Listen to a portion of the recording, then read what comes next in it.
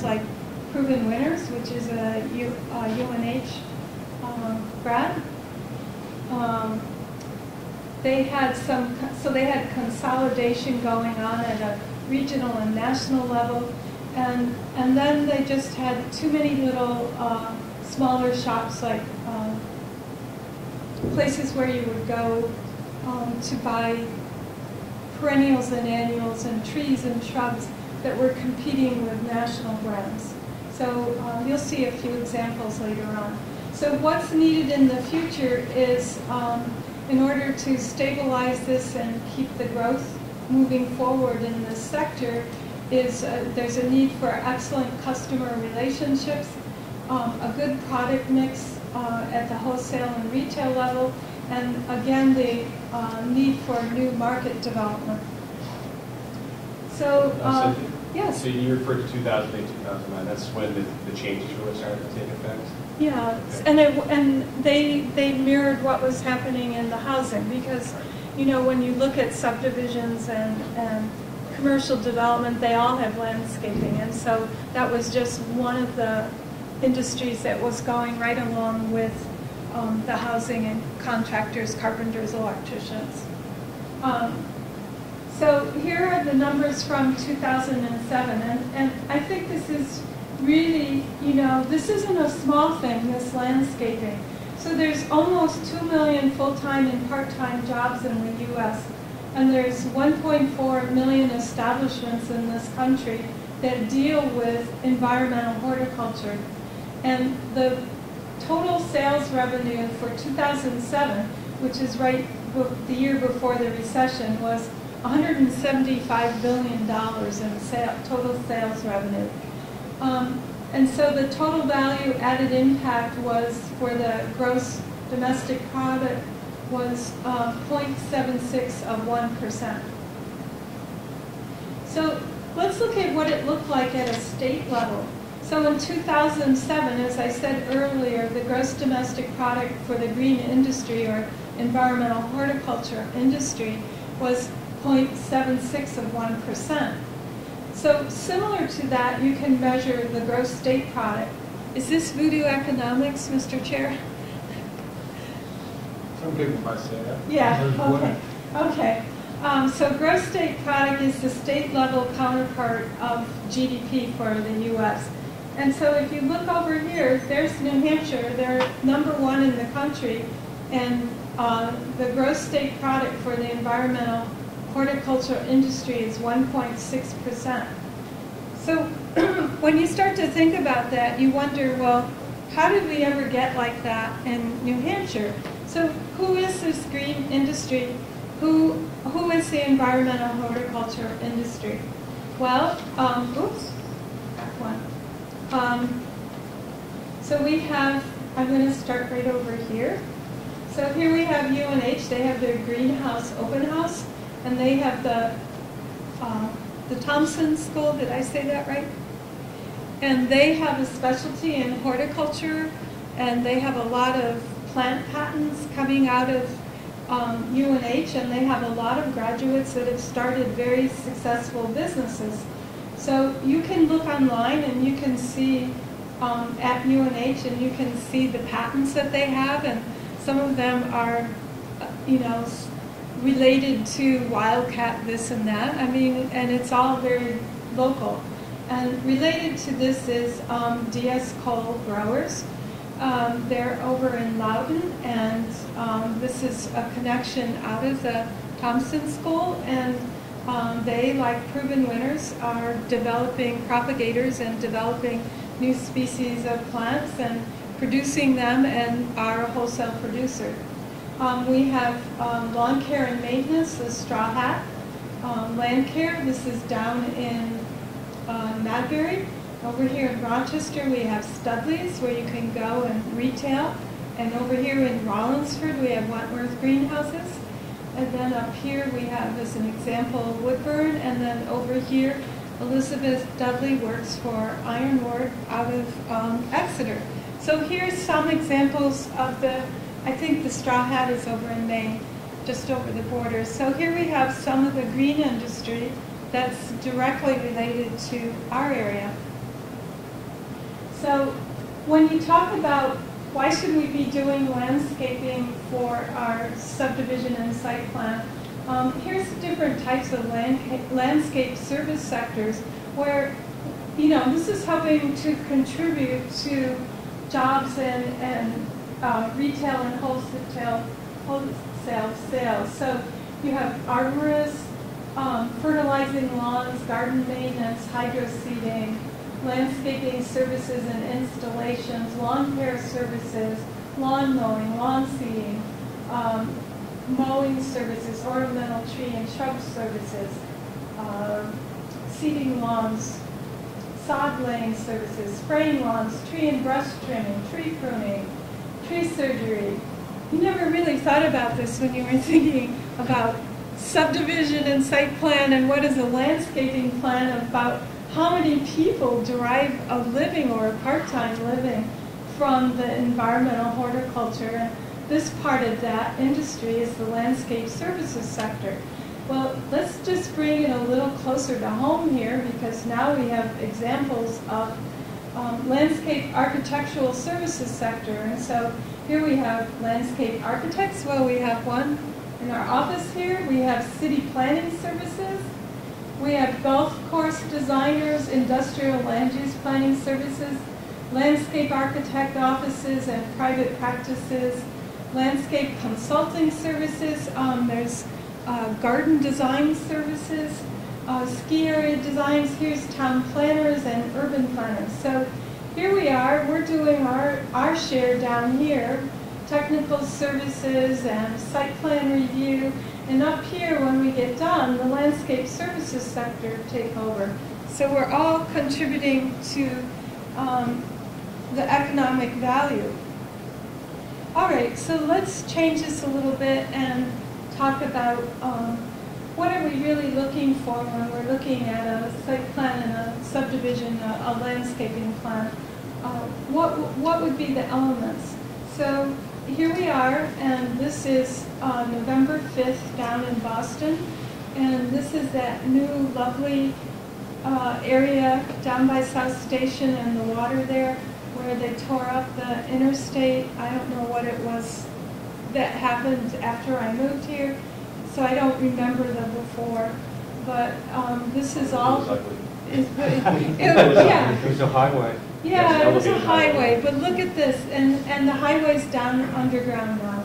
And look at this lovely park here, and there's going to be several photos of this. All right, so I went to West Virginia University School of Forestry, so that's where I got my master's. So I always have to talk about trees, because to me, you can't go to the School of Forestry and not be a friend of trees for the rest of your life. So here we're talking about trees, and here you're looking at trees, not from what we were looking at before, but from a design element and looking at how they connect the larger scale of buildings to the human scale. And, oops, all right, so this first one, does anyone know where this is? Okay, this is Bryant Park in New York City, and Bryant Park is right behind the city library. So if you're a fan of Project Runway, you know where Bryant Park is, because that's where, if you win Project Runway and you're one of the finalists, you get to go to Bryant Park and do your fashion design show at Bryant Park. So my daughter and I went down to New York City for Mother's Day, and of course we spent the whole weekend at Bryant Park because we're Project Runway fans.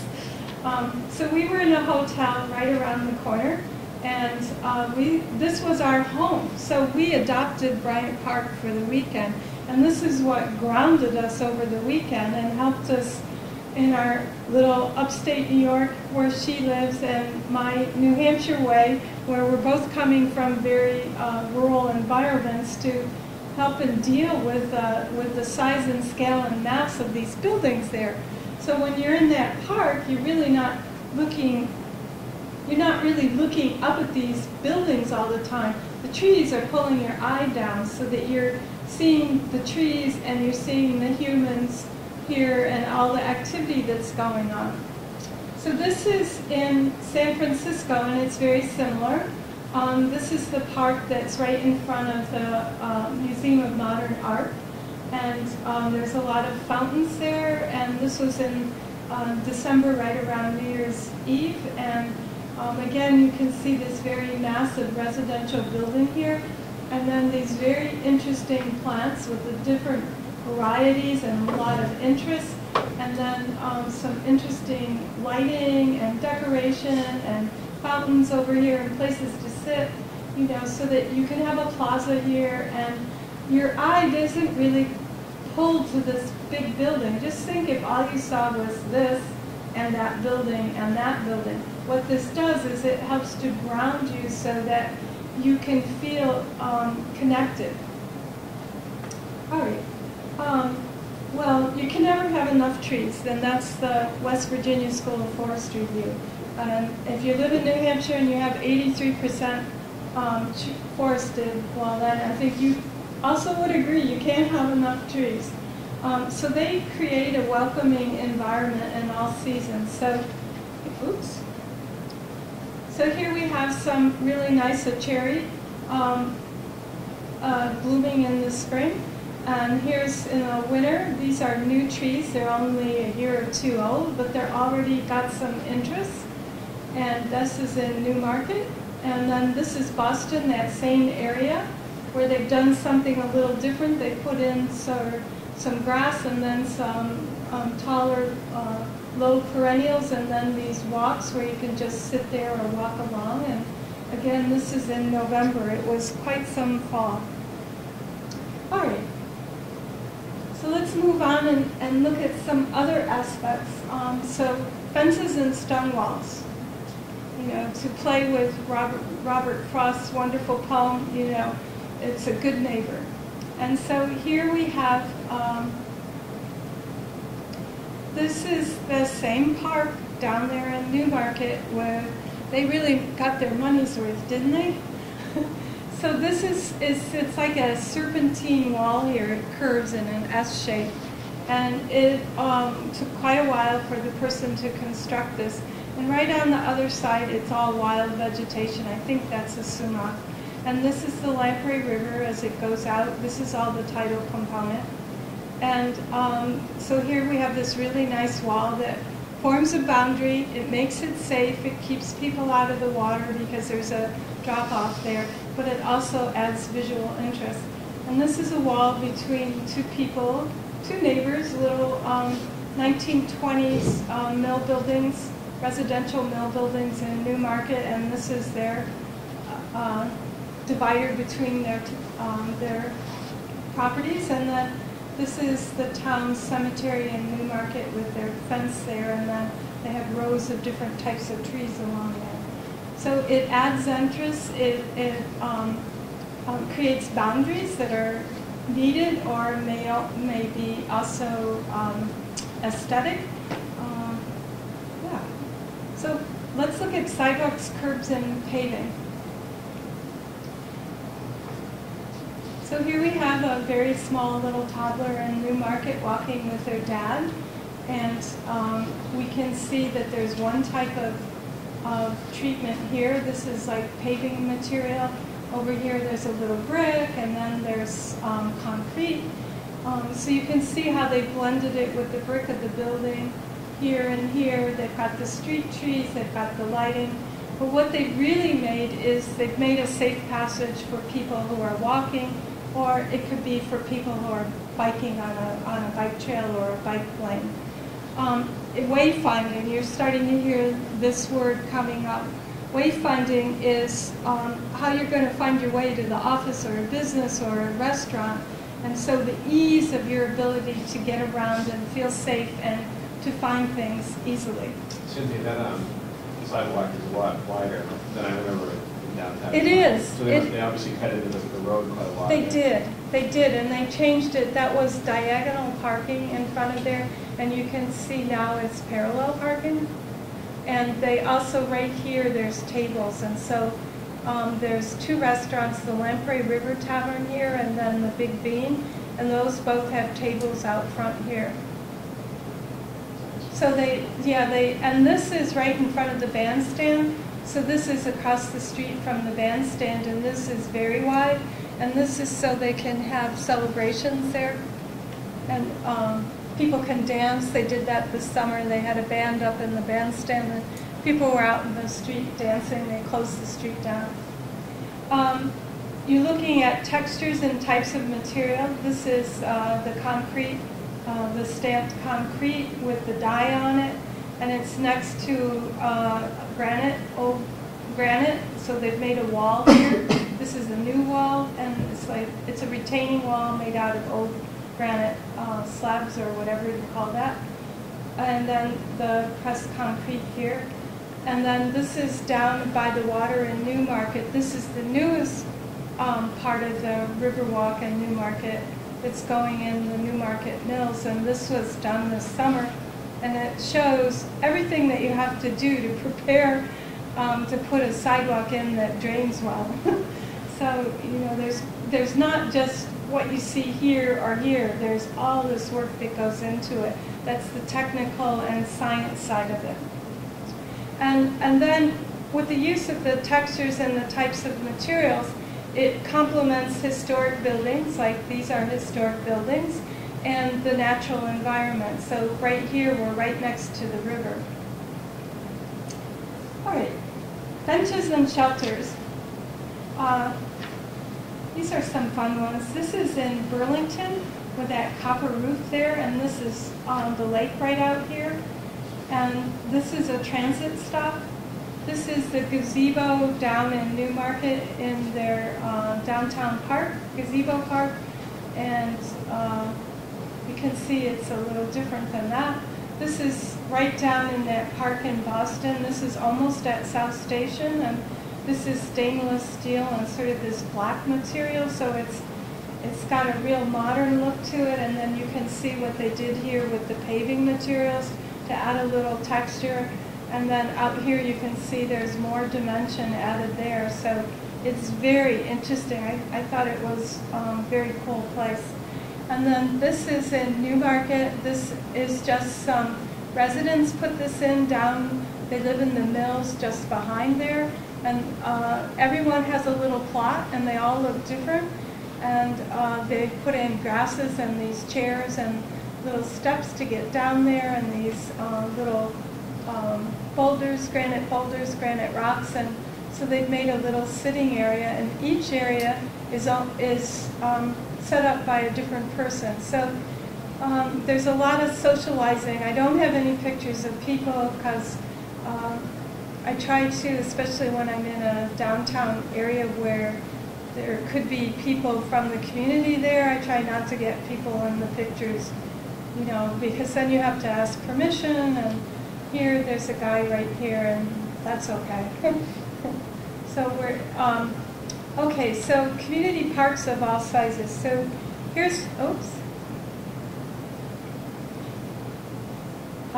Here is, this is MoMA, this orange building here. It's actually brick.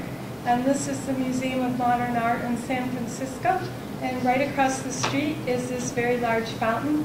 And they were having fun taking their pictures and having a nice day.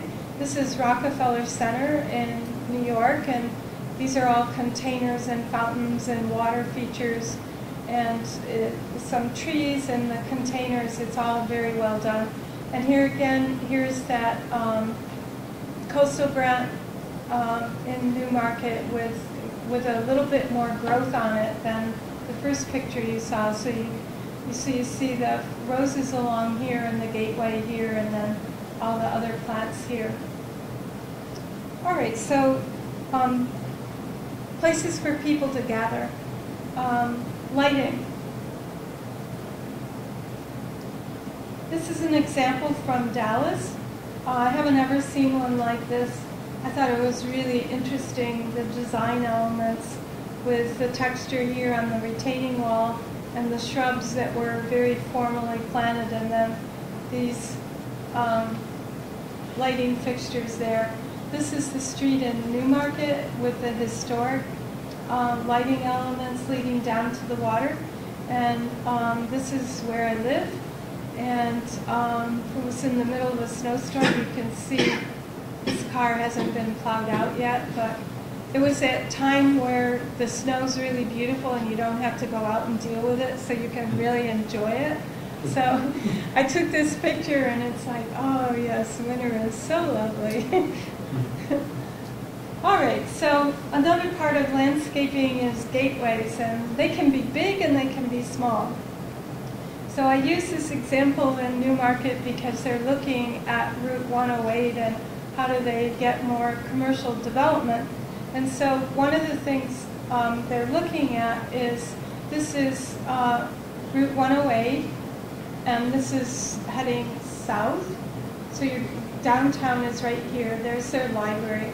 And this is the Lamprey River right here. So this is their gateway.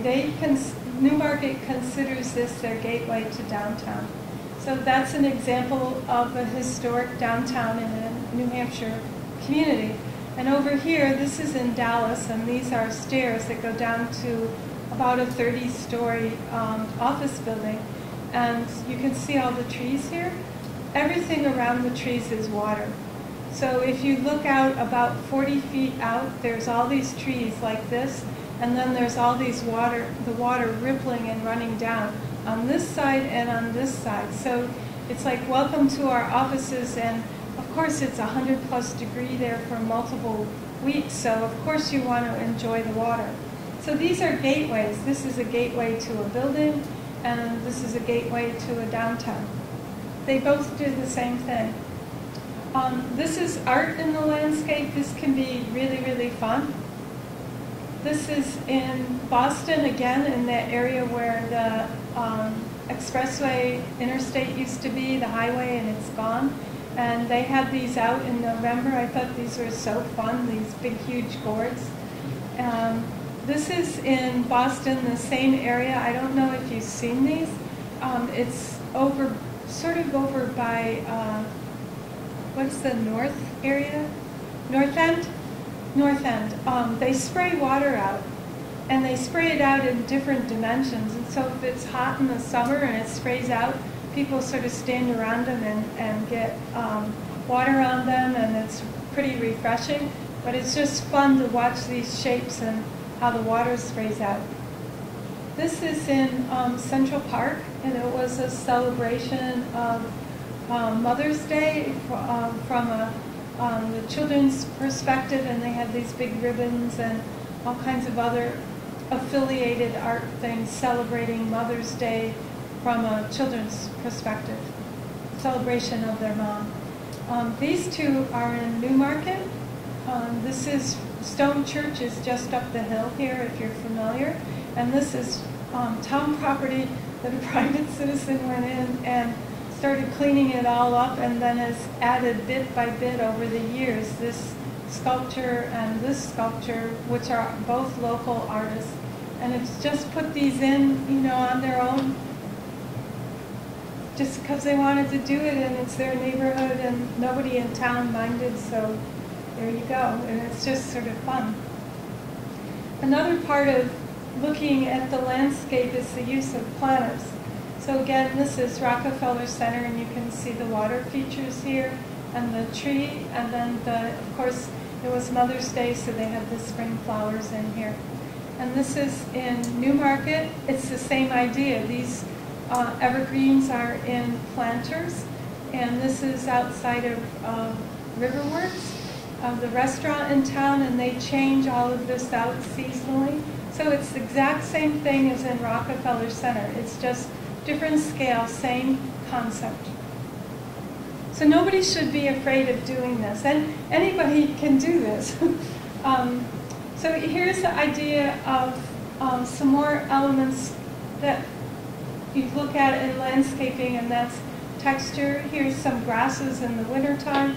This was in December, and they're helped to add the visual interest. And this was again in that old highway down in Boston, and this was November 5th, and look at that blue there and the blue back in here.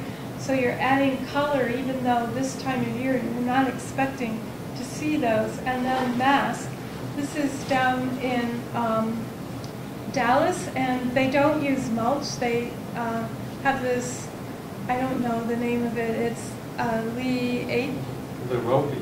Yeah. It's a ground cover. Yes. Like grass. Yes, yes, and so they don't use mulch, and they have these fierce winds down there, and so this is a great alternative because it helps with moisture. You know, it's not blowing around, and it's got a lot of good things going for it. And it's very interesting to look at and adds a lot of greenness. Okay, so one of the last things I want to look at is slope. So the thing that you should note, the most important on this one, slope is all about the science and the technology. So the night that I was giving this presentation in Newmarket, the town planner was talking about a property that was going to be developed and the problem with the fact that there was coastal marine plagues, and so, you know, there were issues with the drainage and how are they going to deal with that. So when you start looking at slope, so this is the mills in Newmarket, and this used to be where the Eagles used to be, right up here. And this is the mills building, and the library's across the street here. So this whole road was redone. It was widened, and this was blasted. This is poison ivy that they cut at the base, and it's all died off, and then it was replanted with ground covers and shrubs and other things to cover it up, and there's going to be climbing hydrangeas down here to cover the retaining walls. So here, you know, you're looking at how do you take the difference in slope from Main Street to where you are here or over here. There, you'll see a picture in the future, and that gets into a lot of science, knowing the kinds of soils and what they can do and the slopes that work for them and what kind of technology you need to put in place to make a good retaining wall or to put in stormwater drainage. So it's all really important stuff, and a lot of it you don't see from just seeing this picture here. You think, oh wow, isn't that great? The road's wider and now it's safe to come in and out here, but there was a lot that went into this. This is another picture in Newmarket. This is the Morelli block that we were looking at, and here we are, we're down in the Mills building. So here's Main Street up here, and here's what their slope retaining walls and shrubs, and they're a lot older than what you see here because these were just done in 2011, and these have been here since the 80s. So, but people driving on 108 haven't got a clue that this is all down here. This is down in Boston, and here's another treatment of slope, and they have this really nice sidewalk going down here. There's another sidewalk here along that building. But look how nice this is with, it doesn't just come straight down. It comes down, it comes to a landing, it comes over, and it comes down again. There's all these nice trees, there's a little shade, there's a lot of interest, there's lighting going on. So, you know, you can, by how you do the treatment on your slope, you can add a lot of interest, and you can help to preserve the natural environment. All right, parking. So here we have an example of on-street parking in Newmarket where they have some street trees on both sides, and then these trees are down in the area below the street. You've got, they put tree wells in. All right, and here's some parking in with islands. So this is where I live, and these are part of the gardens I've been working on since 2004. So this is my favorite garden right now because it was pretty much done by animals and birds depositing all these seeds and plants and the wind blowing them around, and so most of these are volunteers. These are planted lilies, but all of this is pretty much volunteers. And over here you see the same thing with the sunflowers. Those are, 1 year I planted sunflowers, and we've had sunflowers for 6 years now. So it's all sort of part of what you get. So public spaces afford opportunities for community celebration and fun. This again is Bryant Park, and they're playing bocce ball, and there's a merry-go-round